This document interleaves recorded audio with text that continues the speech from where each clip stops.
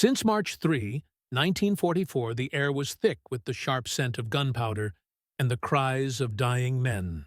Snow mixed with mud under heavy boots, and fire danced in the distance. For the Nazi soldiers holding the line near the Ardennes forest, another American push was coming. And with it came the one weapon they feared more than any other: the M2 Browning .50 caliber machine gun. They didn't just call it a heavy machine gun. They had another name for it, one whispered in foxholes, muttered in prayer, and cursed in letters home. Hell's Gun. The name was born not from rumors, but from real, terrifying encounters. The first time it earned the title was during an ambush just outside a shattered Belgian village. A Nazi tank unit had been moving cautiously through narrow, tree-lined roads, expecting landmines or perhaps a squad of GIs with rifles. But what awaited them was something else entirely. Hidden behind a broken barn wall, Sergeant Raymond "Red" Carter, a tough, red-haired kid from Oklahoma, waited with his team and a mounted M250 Cal. As soon as the first German half-track rolled into view, Red opened fire. The thunder that came from that weapon wasn't like anything else. It didn't crack like a rifle or chatter like an MG-42. It roared. Each shot punched through steel like it was paper. The first truck's engine exploded in flames. The second's windshield turned red as the driver's body jerked violently back. The German troops scattered, but they didn't get far. The .50 cal bullets tore through logs, walls, and flesh. Men hiding behind thick trees were still cut down. Helmets were ripped from heads. Arms and legs vanished in red mist. One German soldier, a 19-year-old named Klaus Becker, would later describe the sound of the M2 as the devil screaming through iron. He had been in the back of the second half-track and watched his comrades turn into pieces of meat before he dove into a ditch, praying not to be next. That night, Becker and the few survivors returned to their command post. Shaking, bloodied, and wide-eyed, they told their officer about the gun. "It wasn't a weapon," Becker whispered. "It was hell's own machine." From then on, the name spread through the German ranks. They had no weapon that could match its raw power. Their MG-42s were fast, yes, but they were meant for infantry. The M2 could bring down aircraft, chew through tanks, or pin an entire company in place from half a mile away. And it never seemed to jam. In icy trenches and smoky bunkers, Nazi troops told stories about the M2, how one gun wiped out a whole squad in seconds, how a single bullet could rip a man clean in half, how even hiding inside a stone building didn't mean safety. And the Americans, they loved it. They dragged that 80-pound beast across frozen rivers, up hills, and into every hellhole the war dragged them into. Old Reliable, they called it. Ma Deuce. And every time they fired it, they knew the enemy would feel it. They wanted the Germans to hear it, to fear it, to break under its fire. Untold. Carter would later recall one battle where a German officer tried to surrender just at the sound of the M2 firing a few hundred yards away. "He didn't see us," Red said, chuckling in an interview years later. "He just heard Ma Deuce let loose and came running with his hands up." Smart man. But the worst story came from a hill outside Aachen. A German unit had taken control of a farmhouse, fortified with sandbags and machine guns. It was a nightmare to storm until a single M2 team set up on a ridge 500 yards away. They didn't go around. They didn't call in air support. They just opened fire. In less than 10 minutes, the walls crumbled, the windows shattered, and every sound inside went silent. When the Americans reached the house, they found only bodies and dust. One Nazi survivor, still bleeding and deaf from the onslaught, had carved something into the floor with his fingernails. Hölle Maschinengewehr, Hell's machine gun. And so the legend grew. not just of the gun, but of the fear it caused. A fear that, to the soldiers of the Third Reich, sounded like a deep metallic growl followed by death from a distance. The M250 Cal wasn't just a weapon. It was a promise that when America showed up to fight, they brought hell with them. The snow had begun to melt, leaving behind a muddy wasteland littered with shattered helmets and burned-out vehicles. The war was moving fast, but not fast enough for the men on the ground. And wherever the American troops advanced, the 50 Cal followed, like a shadow of death. Sergeant Red Carter had become a legend in his own unit, not because he was loud or bragged about kills. He was quiet, almost too quiet. But every time that 50 Cal spoke under his hands, something terrible happened to the other side. They'd moved into a new position on the ridge above a narrow road, overlooking a supply route the Nazis still clung to. Intelligence said a convoy would be passing through at dawn.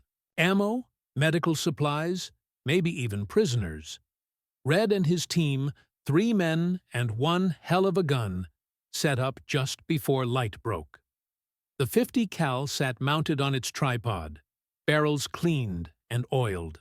Red checked it twice, even though he didn't need to. That was his habit. The gun never failed, and neither did he. Private Jenkins, the youngest in the squad, couldn't stop talking.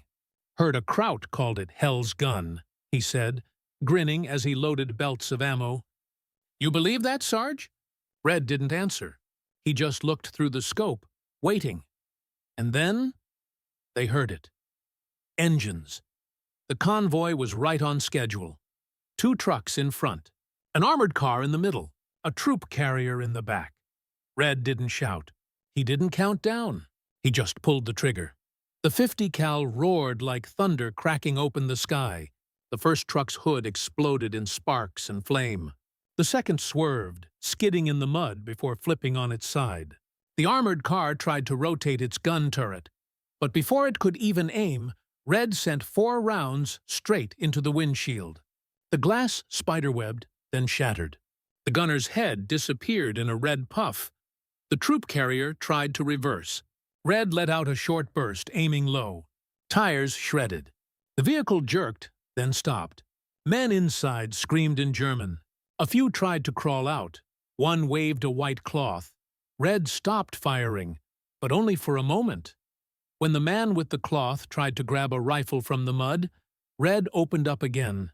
Jenkins flinched. "Jesus Christ, Sarge." Red said nothing, because he knew better than anyone. You don't give Nazis second chances. By the time silence returned, the road was littered with bodies, torn metal, and black smoke. Not one vehicle had made it out. Not one man stood alive. And still, Red didn't smile. He just sat down beside the M2 and started wiping it clean. But word of what happened that morning didn't stay quiet. The Germans found what was left of the convoy hours later. Some of the corpses had been nearly cut in half, armor shredded like paper. They knew the Americans had used the 50 cal again, and the fear returned. They started calling it something new now. Der Schwarze Tod, the Black Death. Not just a machine gun, a spirit, a curse, a force that couldn't be reasoned with or escaped.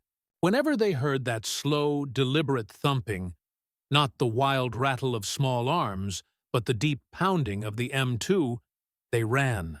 Or they died. Some Nazi officers began refusing to send troops near areas where M2 teams were spotted. One even shot his own radio operator for suggesting they push toward an American-held ridge. His final words, "I will not send my men into hell." Back at the American camp, Red received a small box. Inside was a freshly engraved brass plate. It read, "Hell's Gun, property of the Reaper. Jenkins had it made. I thought it fit," he said with a nervous smile. "After what you did out there." Red stared at the plate, then at the gun. He didn't laugh. He didn't smile.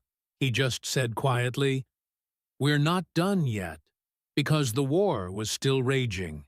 And Red knew As long as there were Nazis standing, the M2 would have work to do. And hell wasn't waiting anymore. It had already arrived. One belt of ammo at a time. The M2 was mounted on top of a jeep now.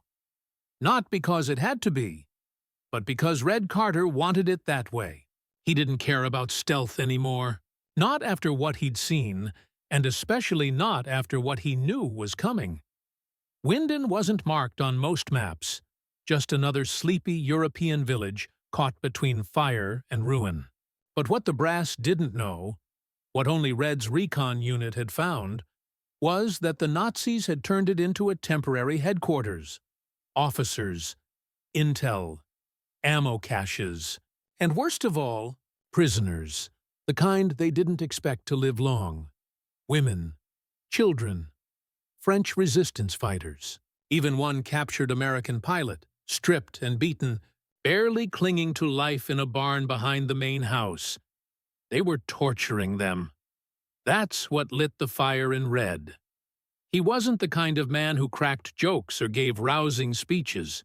He didn't fight for medals, but he fought like a man who'd already seen the end of the world, and decided he'd take a few monsters with him before it came. His squad rolled toward Winden just before midnight, moonlight glinting off the 50 cal's barrel. There were only 4 of them, against over 20 Nazis. But Red didn't flinch. "Drive slow," he told Jenkins, who gripped the wheels so tight his knuckles went white. As soon as the jeep turned the corner into the village square, Red spotted them. 2 SS officers smoking outside the command house, 4 guards on the rooftops, a machine gun nest by the church steps, and a patrol walking back from the barn, dragging someone by the arm. Red didn't wait for orders. He was the order. The M2 opened fire with a growl that split the silence like a scream from the underworld. The 2 SS officers didn't even have time to draw their sidearms before their chests caved in, blood and bone spraying the stone walls behind them. The rooftop guards ducked. One of them tried to aim, but the 50 cal tore through the chimney and half of his torso like it was wet paper. The others jumped for cover. Too late. Jenkins drove in a slow, steady circle around the square, as Red turned the gun in wide arcs, painting death in every direction. Bullets punched through walls, shattered windows, tore sandbags to shreds. The patrol near the barn tried to run. Red put 4 rounds into the dirt, just ahead of their feet. Then he waited. One of the guards dropped his weapon and raised his hands. Red dropped him next. "You don't get to live," he muttered. Inside the command house, an explosion rocked the structure. That was Corporal Ruiz, slipping through the back and planting charges while the chaos unfolded outside. Flames licked the sky. The Nazis tried to regroup, a last desperate stand behind the church. Red aimed low. 5 bursts. 4 bodies fell. The 5th tried to crawl away. He didn't make it. By the time the flames reached the ammo cache, the whole village lit up in orange and red. Screams turned into silence. Smoke turned into ash, and Hell's gun finally stopped firing. Jenkins stepped out of the jeep, shaking. "Jesus! Sarge! Red interrupted him. "Check the barn." They kicked the doors open. Inside were 9 people, bound, bruised, starved. The pilot was alive, barely.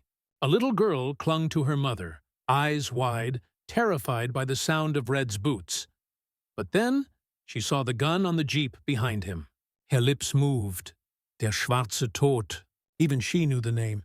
The weapon so feared by the Nazis that even children had heard stories about it. Red kneeled down beside her, his voice soft for the first time in weeks. "It's okay," he said. "That gun doesn't kill the good guys." The girl just nodded, but in her eyes she still looked at him like he was the ghost. A figure of fire and vengeance, not a savior, but an ending. Later that night, as the team regrouped, Red sat beside the still-smoking M2 and lit a cigarette. The brass would call it a clean mission. A win. A liberation. But Red knew better. This wasn't war anymore. It was punishment.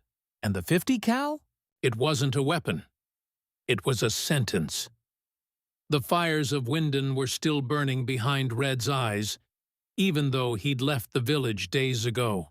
The smell of roasted flesh, the way stone walls bled after each burst of the M2. It didn't fade. It never did. His squad was quiet now. Even Jenkins didn't make his usual dumb jokes. They had seen Red become something else that night. Not just a soldier, something darker. And it wasn't the war that made him that way. Not fully. No one knew much about Red's past. He didn't talk. He didn't drink much. He didn't write letters home. But one cold night, huddled around a flickering fire, Jenkins finally asked, "What did you do before all this, Sarge?" Red took a long drag from his cigarette. The tip flared orange in the dark. He exhaled slowly, the smoke curling like ghosts in the air. "I was a prison guard," he said, voice low and tired, "back in Leavenworth. Military penitentiary. That shut them all up." Corporal Ruiz blinked. "Real one? For soldiers?" Red nodded. "Yeah, the worst kind. War criminals, traitors, murderers with medals. And you guarded them." "Yeah," Red said. "But not just that." He flicked the ash off the end of his smoke and looked straight into the fire. "Sometimes I had to carry out sentences." They stared at him. "You mean—" Red nodded. "Executions, sometimes by rope, sometimes by firing squad. Once, just once, by fire. No one spoke for a moment. You ever feel bad about it?" Jenkins finally asked, his voice small. Red didn't answer right away. Then he said, "Only when they didn't scream." The fire crackled louder after that.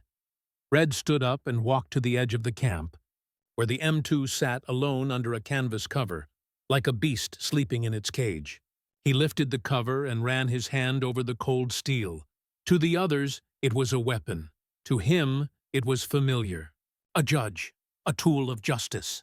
The same way he'd once stood in front of men who begged for mercy, he now stood behind this gun and gave none. He remembered one inmate in particular, a colonel who had ordered the execution of his own men in the Pacific, shot them in the back for retreating under fire. When Red asked him for his last words, the colonel just laughed and said, "You're just a cog in the machine, boy." Red pulled the trigger before the final words left the man's mouth.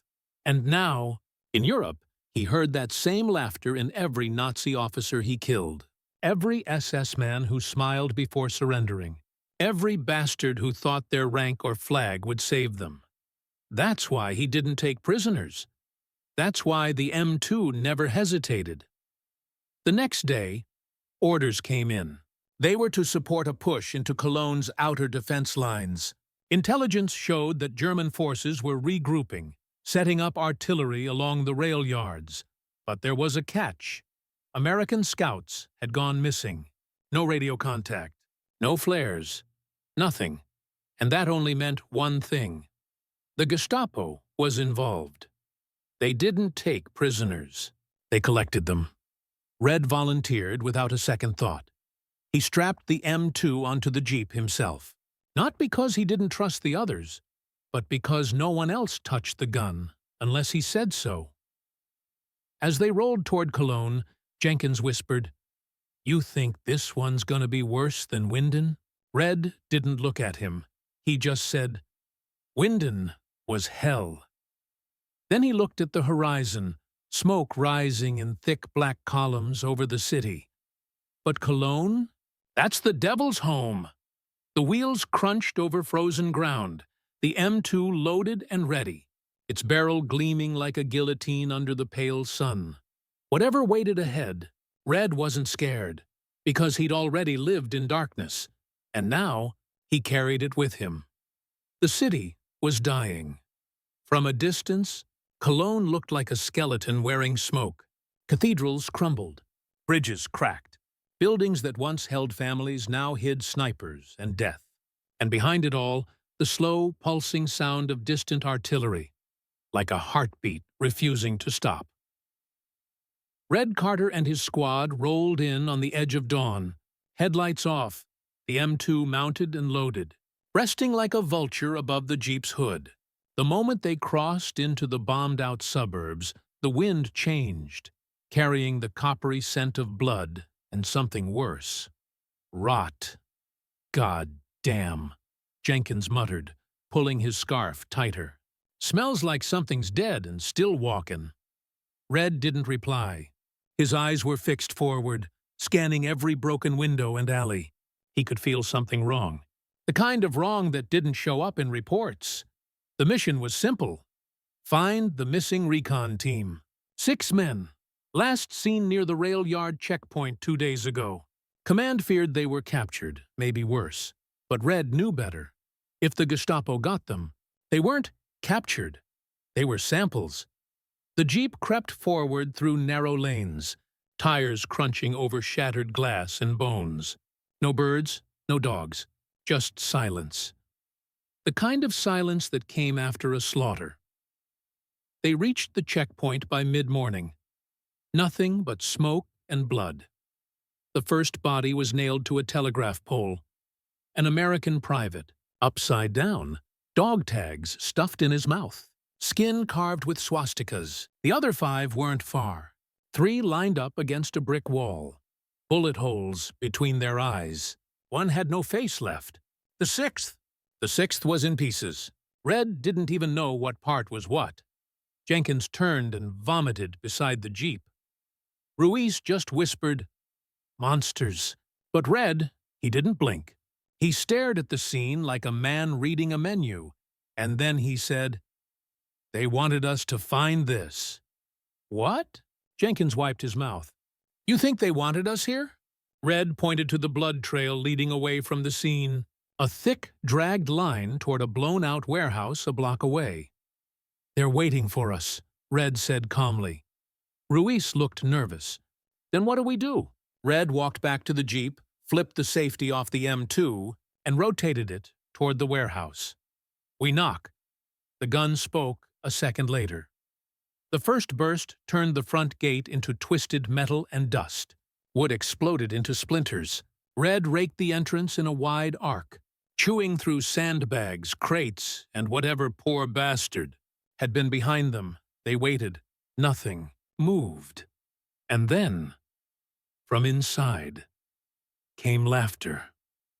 Not the panicked laugh of a dying soldier. It was slow, mocking. Then, someone stepped out, a tall man in a black trench coat, SS insignia on his collar. His hair was slicked back, face pale, unbothered. He lit a cigarette and looked straight at Red. "You must be the American butcher," he said in perfect English. "The one with Hell's gun." Jenkins froze. Ruiz raised his rifle. Red narrowed his eyes. "I've been expecting you," the SS man said. "You killed 30 of my men in Winden. Burned my officers alive. That upset me." Red said nothing. "So I decided," the man continued, "if I can't break your army, I'll break you." He whistled. 2 Gestapo soldiers dragged someone out from the warehouse, beaten, barely breathing. Bloodied face hidden under bruises. It was Jenkins's brother, Private Lee Jenkins from Recon. "Lee," Jenkins gasped, stepping forward. "Stop!" Red barked. But the SS officer grinned, held a pistol to Lee's head, and said, "Let's make a trade. Your gun for his life." Red stared at him, then at Jenkins, who was shaking. Ruiz raised his rifle, hesitating. The air grew still. Then Red said coldly, "You're not getting my gun," and pulled the trigger. The first burst from the M2 didn't hit the officer. It hit Lee. Clean. Precise. A mercy shot straight through the heart. Jenkins screamed, falling to his knees. The SS officer stumbled back, shocked. You killed him!" Red's eyes were ice. "No one uses my people as leverage." Then he turned the M2 and unleashed hell. The warehouse erupted in fire and steel. Bullets tore through walls, floors, flesh. Gestapo agents scrambled, screaming, gunned down mid-sprint. The officer ran for cover, but Red kept firing, rounds chewing through barrels, bricks, and bodies. The screams echoed for minutes, then stopped. Only the sound of the M2 cooling in the wind remained. Jenkins sat in silence, staring at the blood. At his brother, Red dismounted the gun, walked over, and put a hand on his shoulder. "He didn't suffer," Red said. "But if you want to make it mean something, we finish this war." Jenkins didn't speak, but when they got back in the Jeep, he was the one who loaded the next ammo belt. They were ghosts now. Red, Jenkins, and Ruiz, not officially missing, not officially dead, but no longer tied to the rules of command. After what happened at the warehouse, Red stopped taking orders from HQ. He wasn't chasing medals or missions anymore. He was chasing a name. Oberfuhrer Rolf Mettner, the SS officer who had laughed at the mutilated bodies of the recon team, the one who tried to use Lee Jenkins as a pawn, the one who got away through a tunnel under the warehouse when the 50 cal turned the building into a crematorium. Red found his name in a half-burned Gestapo ledger. Mettner wasn't just some officer. He was one of Hitler's cleaners, a war criminal with a lab coat and a pistol, known for performing experiments on prisoners before execution. Red didn't say much after that. He just whispered, "He's mine." They moved like hunters through the ruins of Cologne. No backup, no air support, just the growl of the Jeep engine and the low thud of their boots. Each day they found another place where Mettner had been. Each night, another lead brought them deeper into a city that no longer belonged to the living. Inside an old Catholic orphanage now used as a Gestapo bunker, they found a room of horrors. Metal tables with shackles, syringes scattered across the floor, walls stained with dried blood. Ruiz stepped on a photo. He picked it up and went still. It was a black-and-white image. A group of American POWs tied to posts, mouths open in silent screams, bullet holes across their chests. A signature scrawled on the bottom corner, R. Mettner. Ruiz handed it to Red. He didn't flinch. He just folded it and slipped it into his coat. "This ends tonight." Jenkins loaded the M2 belt silently. His eyes were different now. No more jokes, no more hesitation. He'd watched Red kill his own brother to prevent him from becoming a bargaining chip.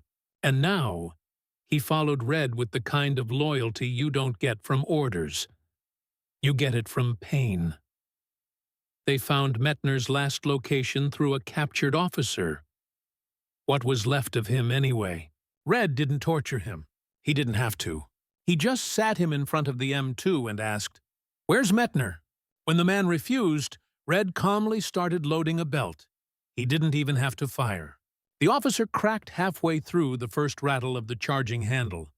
Mettner was hiding in an abandoned hospital 2 miles north, surrounded by a small group of fanatics. No radio, no escape route, just enough ammo to hold off a battalion. But they weren't sending a battalion. They were sending Red. That night, under the veil of smoke and silence, the Jeep rolled toward the old hospital, a Gothic nightmare with shattered stained glass windows and blackened stone towers. Red set the M2 up across the street, braced on a stone wall overlooking the main entrance. Ruiz and Jenkins flanked the back, creeping through the alley, placing charges along escape routes.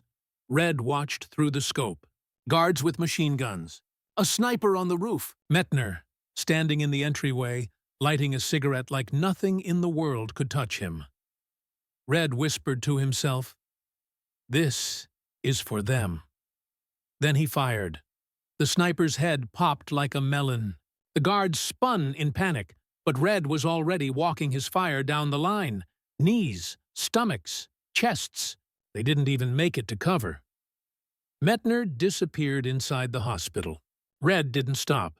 He tore into the stone walls, punched through the doors, ripped the world apart with every belt-fed round. Screams, explosions, glass raining from above. Then Silence. Ruiz signaled from the alley. Entry point was clear. Red strapped the M2 to his back. Not just the barrel, the whole damn tripod. He was done waiting behind walls. Inside, the hospital was a maze of death. Rooms filled with bodies, some freshly shot, others long decayed. Blood painted the floors. The air was thick with rot and ash. They found Mettner in the basement, standing in front of a steel door, holding a Luger. "I was wondering when the dog would come for the butcher," he said. Smiling, Red stepped forward slowly, unhooked the M2, and aimed it at his chest. "On your knees!" Mettner laughed. "You don't give orders here." Then he fired. Red didn't even flinch. The bullet struck his shoulder, knocking him back a step, but not down. Jenkins screamed. Ruiz raised his rifle, but Red didn't let them shoot. He walked forward, bleeding, silent, holding the M2 like it was part of him. "You think pain scares me?" Red muttered. "I am pain." Then he pulled the trigger. Not one bullet, the whole belt. The blast tore Mettner in half. Blood painted the walls. Screams turned to gurgles. When the gun clicked empty, nothing was left but meat. Red stood over the corpse, breathing hard, blood dripping from his wound. He dropped the smoking M2 beside what was left of the Nazi butcher. Ruiz stared at him. Jenkins just said, "You done, Sarge?" Red looked around the room, the chains, the photos, the memories that haunted every wall. "No," he said, "not yet." The hospital burned behind them. The fire had swallowed the last of Mettner's sins, but it didn't bring peace. Not to Red, not to Jenkins, not to Ruiz. They rode in silence, the jeep rattling over broken roads, the wind cold and empty. The M2 sat in the back, wrapped in blood-stained canvas, not to protect it, but to keep the world from seeing what it had become. It wasn't just a weapon now. It was evidence. Red's shoulder was still bleeding, but he didn't care. He'd patched it just enough to keep moving. Pain was just part of him now. Like his breath, like his heartbeat, like the kill count climbing behind his eyes. They weren't following orders anymore. Headquarters had already sent a message. "Return to base immediately. You are out of operational bounds."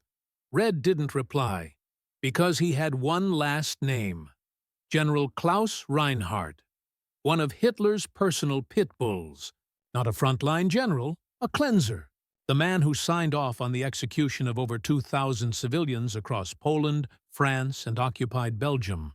Mettner's superior, and the man who gave the green light to Operation Dustbin, the Gestapo purge of American POWs, the same purge that murdered. Jenkins's brother, the same purge that made Red abandon orders and become something darker than even he'd feared. They learned Reinhardt was holed up in a fortified villa just outside. Berlin, protected by SS diehards, tanks, anti-aircraft guns, and minefields. It was suicide, but Red? Red wasn't planning to survive. The day before they hit the villa, Red sat alone, cleaning the M2 piece by piece. He didn't talk, didn't eat. He just wiped every inch of it with torn bits of a Nazi flag. Jenkins sat nearby, watching him. "Why'd you start fighting, Sarge?" he asked, finally breaking the silence. "Back at the beginning. Before all this." Red didn't look up. "He kept cleaning. Wasn't for a flag," he said. "Wasn't for glory." "Then what?" Red snapped the bolt into place and said quietly, "I like killing bad men." He didn't say anything else that night. When morning came, they rolled toward the villa, a black dot on the horizon, surrounded by forests, fences, and guard towers. The sky was gray, rain threatening to fall. It looked like a painting of the end of the world. They hit the front gate fast. No sneaking, no stealth. The jeep tore through the muddy road, M2 mounted and ready. Red didn't wait for contact. He opened fire before they even saw him coming. Rounds ripped through sandbags. Guards exploded into red mist. One SS trooper tried to raise an RPG. Red turned his chest into vapor before he could aim. Another tank revved its turret, locking onto the jeep. Ruiz dove out, planted charges, and lit it up with fire and fury. Metal screamed, men burned. Inside the villa, panic erupted, but Red didn't stop. He drove straight through the front courtyard, cutting down anyone who moved. Nazis scrambled from balconies and stairwells, but the M2 met them with thunder. It wasn't just a gunfight, it was Judgment Day. Jenkins manned a second M2 they'd mounted on a tripod in the rear. He held the line while Ruiz cleared the second floor. Red kicked open the ballroom doors, and there stood Reinhardt. Fat, decorated, smug. He didn't run. "I suppose you came for vengeance," Reinhardt said, sipping wine. Like a savage, Red raised the M2, even though it was meant for distances, even though it was overkill. "That's not vengeance," Red growled. "This is history." Reinhardt took a step back. "You Americans think you're righteous, but you're just like us, dressed up murderers." Red's finger tensed. "I never claimed to be righteous," he said. Then he fired. The 50 cal roared in the echoing room. Reinhardt didn't die like a man. He died like meat. The wine glass shattered in his hand. His medals burst from his chest. His voice cut off mid-word. One moment, a symbol of power. The next, a stain on the marble floor. Red stood over the corpse, breathing hard, soaked in blood. Ruiz and Jenkins entered the room moments later, smoke rising behind them. "It's done," Ruiz said, but Red shook his head. "No," he whispered. He walked over to the grand Nazi flag hanging behind Reinhardt's desk. He tore it down. He wrapped it around the M2, and then he whispered to himself, "Now it's done." They left the villa in silence. No cheering, no celebrations, just the sound of boots on broken ground and the weight of what they'd done following behind them. As they drove off, a distant rumble rolled across the sky. Thunder,